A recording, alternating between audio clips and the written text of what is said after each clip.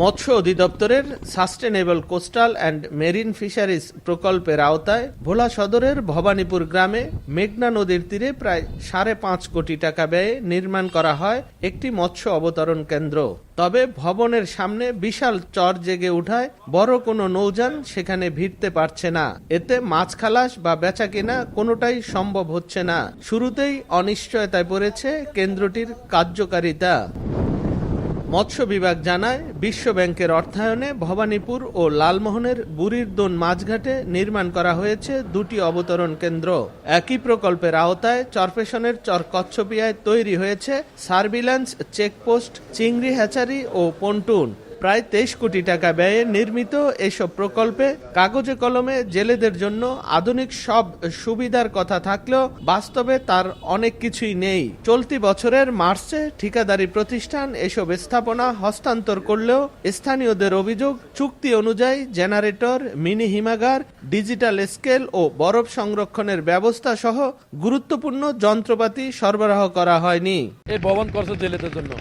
এই ভবন ভাঙ্গা পড়তেছে, এখনই দেন, এই যে এখনই ভাঙ্গা পড়তেছে, রেলিং দেওয়ার কথা ছিল, রেলিং দেয়। এটা আমাদের মাছ ব্যবসায়ীদের কোনো কাজে লাগবে না। এটা যেই পরিমাণ যেই পরিবেশে তৈরি করছে, এটা আমাদের জন্য কি করবে এটা আমরা নিজেরাও বলতে পারি না। আমাদের সামনে যে চরটা আছে, ওই চরটা যদি কাজটা গভীরতা করে দেয়, তখন দেখা যায় বিভিন্ন জায়গা থেকে বোট আসবে, আমদানি হবে, রপ্তানি হবে। এরকম কোনো বড় বোট আইবে না মাছ বেচতে, এনে আইব ছোট ছোট নৌকা। মনে করেন আমরা যে ছোট নৌকা ভাই, ওইরকম ছোট নৌকা বা 1000-2000 টাকার মাছ বেশি হ্যাঁ করে দেওয়া লাগে, 300-200 দেওয়া লাগে। কাজের মানটা খুবই খারাপ হয়েছে, কারণ ওরা আমাদের স্থানীয় কোনো লোক খাড়া নেয়, 60% লোক খাটার কথা একজন লোক খাড়া নেয়। ওদের মন মতন কাজ করছে। এই যে দেখেন, এই যে টাইলস লাগাইছে, টাইলস এখনই পড়ে যেতে আছে।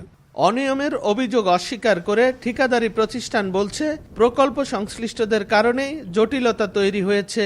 উল্টো নির্ধারিত বাজেটের বাইরে অতিরিক্ত খরচের দাবিও তাদের।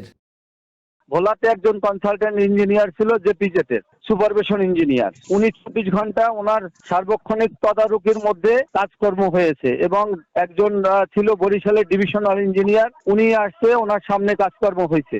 এদিকে এত বড় প্রকল্পের স্থাপনা নির্মাণ হলেও জেলা মৎস্য অফিসে নেই পূর্ণাঙ্গ তথ্য। ঊর্ধ্বতন কর্তৃপক্ষের নির্দেশে ভবন গ্রহণ করা হলেও পরবর্তী করণীয় সম্পর্কে স্পষ্ট ধারণা নেই তাদের। আমি এখানে আসছি 6 থেকে 7 মাস।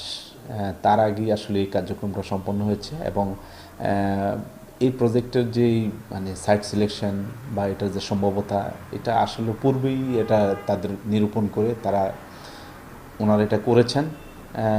আর হলো এটার যে তাছাড়া এটার এখনো কোনো জনবলও কিন্তু আমাদের নাই। Sustainable coastal and marine fisheries প্রকল্পের 10টি অবতরণ কেন্দ্রের মধ্যে 2টি নির্মিত হয়েছে ভোলায়। এছাড়া চর কচ্ছপিয়া সার্ভেলেন্স চেকপোস্টে স্পিড বোট থাকলেও নেই চালক, সেটিও পড়ে আছে অকেজু। নাসির উদ্দিন লিটন, সময় সংবাদ, ভোলা।